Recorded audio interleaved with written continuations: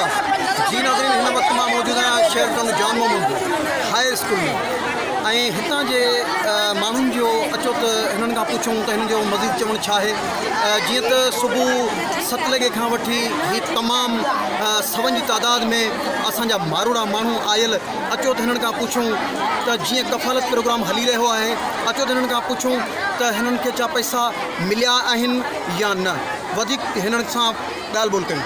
जीअं मां तव्हांखे पैसा मिलिया आहिनि या तव्हां सुबुह खां केॾी महिल आयल आहियो? असीं 8 बजे आयल आहियूं।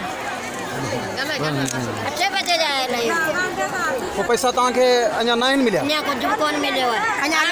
बिलावल खे मोकिलियो, महिरबानी करे 4 ॾींहं असांखे किरायो भरींदे ग़रीब मिसकिन आहियूं। असां कपिड़ा पाटी या जूतियूं पाटी असां कोन असां मोकिलियोसीं। महिरबानी करे असांजो भाउ असांखे पैसा मोकिलियो। सबसे पहले पैसों की पूजा करने के लिए आए हैं।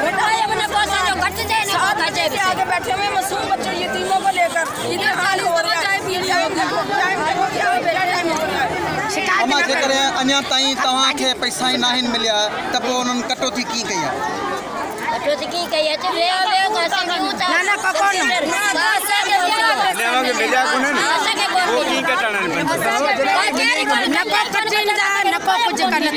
असीं पंहिंजी मर्ज़ी जेका चांहि जो बोतल जो घुरूं था उहो बि असीं नथा ॾियो। मजबूरी आहे जिते आहिनि ॻोठ जा माण्हू आहिनि चांहि लाइ पाणी लाइ चांहि पीआरियो, उहो बि मर्ज़ी थिए थी चांहि पीआरे त नथा पीआरे। वधीक हाणे तव्हांजो चवणु छा आहे? इहो अॼु असांखे 4 ॾींहं हलंदे जेको न को था पैसा हलो कनि, चवनि था हुन आइटम ते वञो कढरायो, हुन आइटम ते कढरायो, कोठ नंबर ॾियो, उहो त ॿोॾनि में विया ॿुधी अहिड़ी सिमनि ते असांखे कार्ड ते पैसा मिला।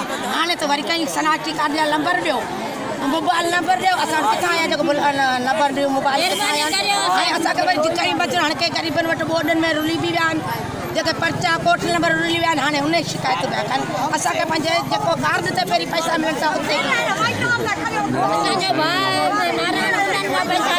हिते तक़रीबन 3 ॾींहं थिया आहिनि। हिते कंहिंखे पैसा मिलिया आहिनि? अञा कंहिंखे ई कोन मिलिया आहिनि।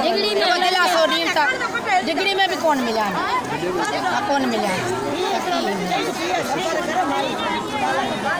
नाज़रीन, हिन वक़्तु मुंहिंजो कैमरामैन तव्हांखे ॾिसी रहियो आहे। जीअं त सुबुह खां तव्हां ॾिसी रहिया आहियो त जीअं सुबुह खां हे मारूड़ा माण्हू असां वटि पहुतल आहिनि ऐं हिते जे सिस्टम ख़राबु हुअण जी वजह सां माण्हू सख़्तु परेशानी जो माण्हुनि खे सामनो करिणो थो पए। जीअं त ही तव्हांजे साम्हूं आहिनि, ही औरतूं, ही असांजा माण्हू परे परे खां ग़रीब माण्हू आयल ऐं केतिरो ख़र्चो करे जीअं पहुतल आहिनि हितां।